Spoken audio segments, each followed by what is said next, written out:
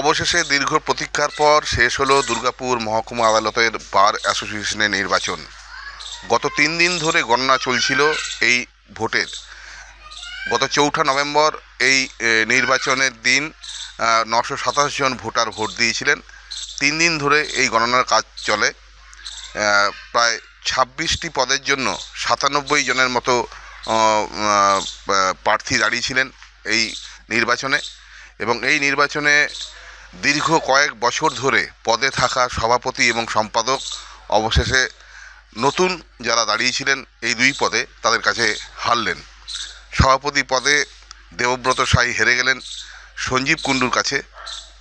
এই প্রজন্মের নবীন আইনজীবী সঞ্জীব কুণ্ডুর কাছে দেবব্রত সাই হারলেন বিপুল ভোটে। অন্যদিকে সম্পাদক পদে যিনি ছিলেন এর আগে তাকে হারিয়ে জিতলেন কল্লোল ঘোষ। অনুপম মুখোপাধ্যায় ছিলেন সম্পাদক পদে দীর্ঘদিন বার অ্যাসোসিয়েশনে, তাকে হারিয়ে জিতলেন কল্লোল ঘোষ। তিনিও ভালো ভোটে জিতেছেন, এবং অন্যান্য যে সমস্ত পদ যেগুলো ছিল সেই সমস্ত পদে এবছর দেখা যাচ্ছে যে সমস্ত পদেই জয়ী হয়েছে নতুন প্রজন্মের আইনজীবীরা। অতএব নতুন প্রজন্ম দুর্গাপুর বার অ্যাসোসিয়েশন এবার থেকে পরিচালনা করবে। এখন এটাই দেখার এই দুর্গাপুর বার অ্যাসোসিয়েশন এই নতুন টিমের হাত ধরে আগামী দিনে কিভাবে মানুষের পাশে থাকতে পারে।